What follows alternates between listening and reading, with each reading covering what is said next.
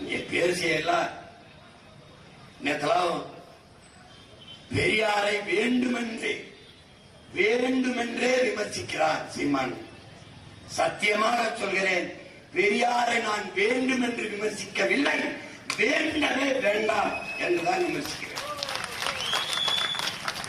இந்த பெருமக்கள் எல்லோரும் என் உடன் பிறந்தார்களே. பெரியார் பெரியார் பெரியார் என்று பேசுகிறார்கள். பெரியார் பேசியதை பேச மறுக்கிறார். என்னை RSS பிஜேபி கைக்குள்ளி என்கிறார்கள்.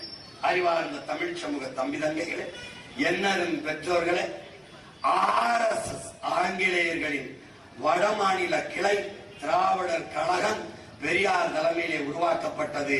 தென் மாநிலங்களின் கிளை ஆங்கிலேயர்களின் ஏவல் கிளை. எப்படி சொல்ற சீமான்? RSS காரர்கள் சங் பரிவார் ஜனசங்கத்தில் இருந்தவர்கள் விடுதலைக்காக போராடல. பகத்சிங் போல தூக்கலை தொங்கல. எங்கள் பாட்டன் வஉசி போல செக்கை இழுக்கல.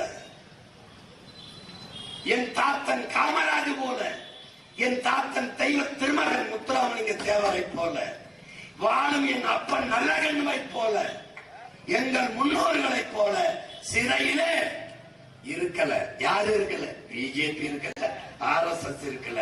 இந்த நிலத்தில் பெரியார் இருக்கல.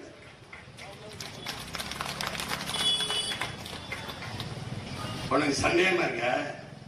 பெரியார படத்தை பார்த்துக்க சொல்லக்கூடாது, படிச்சுட்டு பேசணும். தம்பி, தப்பிக்கவே முடியாதுங்க என்ற தர்க்கத்துல. நீ வா சொல்லுவேன், ஆனாய் தான் சொல்றேன்னு சொல்லுவேன். ஏன்? என் முன்னவர்களின் மொத்த அறிவையும், என் முன்னவர்களின் மொத்த வீரத்தையும் மொத்தமா வாங்கி ஒத்தை அடிக்கிறேன். பார்த்து பேசணும். நீ தாத்தன் பாட்டனை வீழ்த்துற மாதிரி நிக்காத. அவன் பேரன் சோரனா இல்ல, தீரனா வீரனா சூரனா வந்து நிக்கிறேன். என்னை நீ வெல்வது கடினம். ஒண்ணுதான் நீ செய்ய முடியும். வழக்கை போடலாம், சிறையில் போடலாம். அதை தவிர நீ ஒண்ணும் நினைக்க.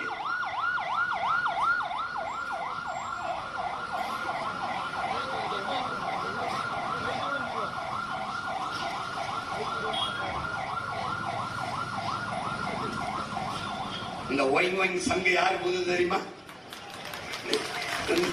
இந்த திராவிடர்களுக்கு தான். நீ ஒண்ணுமே செய்ய முடியாதுங்க.